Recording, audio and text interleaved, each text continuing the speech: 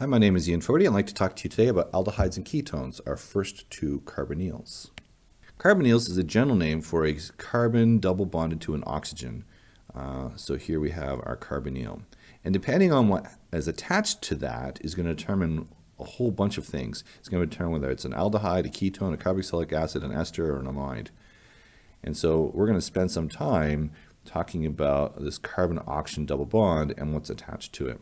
This video is going to focus on aldehydes and ketones.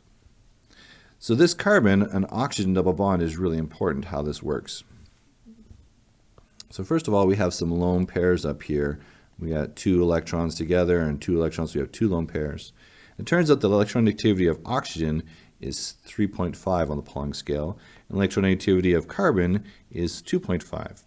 What that means is the electrons that spend time in this bond spend more time around the oxygen than do around the carbon. They are polarized towards the oxygen away from the carbon.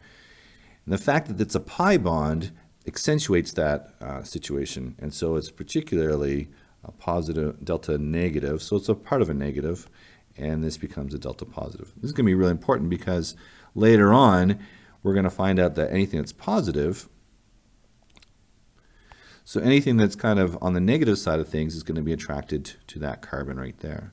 So this is going to have important implications for our reactions a little later on. So aldehydes. Aldehydes have my carbon-oxygen double bond. It's polarized.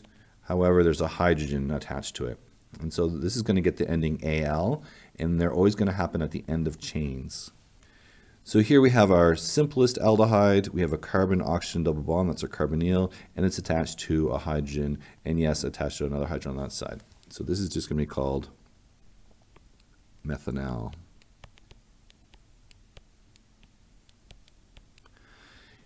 However, a lot of people call it formaldehyde.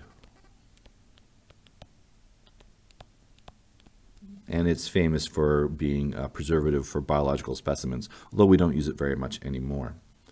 Here we have one carbon and another carbon, one carbon and another carbon, and so this is going to be ethanol. And so this is showing them out specifically.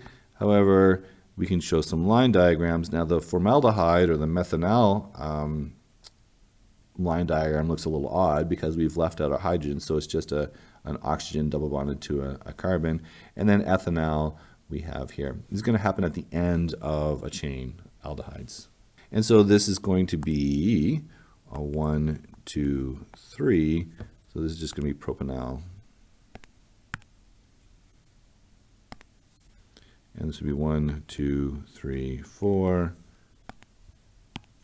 butanol. And 1, 2, 3, 4, 5, 6. So we've got an aldehyde on one end, we've got another aldehyde on the other end, and so it's going to be a dial, 1,6-hexadiol.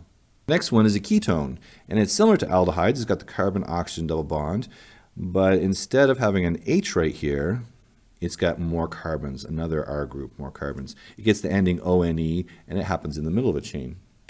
So here's some more examples of our ketones, and this one would be our simplest one. It has to happen in the middle of a chain, so we have to have at least 3 carbons.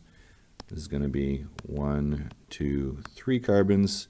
This is going to be called 2-propanone because the carbonyl, the carbon-oxygen double bond, is attached to carbon number 2, but it's also most commonly known as acetone. Here we have 2-butanone, 1 carbon, 2 carbon, 3 carbon, 4, so 2-butanone.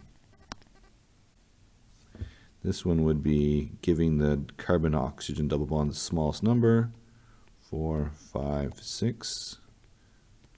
So this should be 3-hexanone.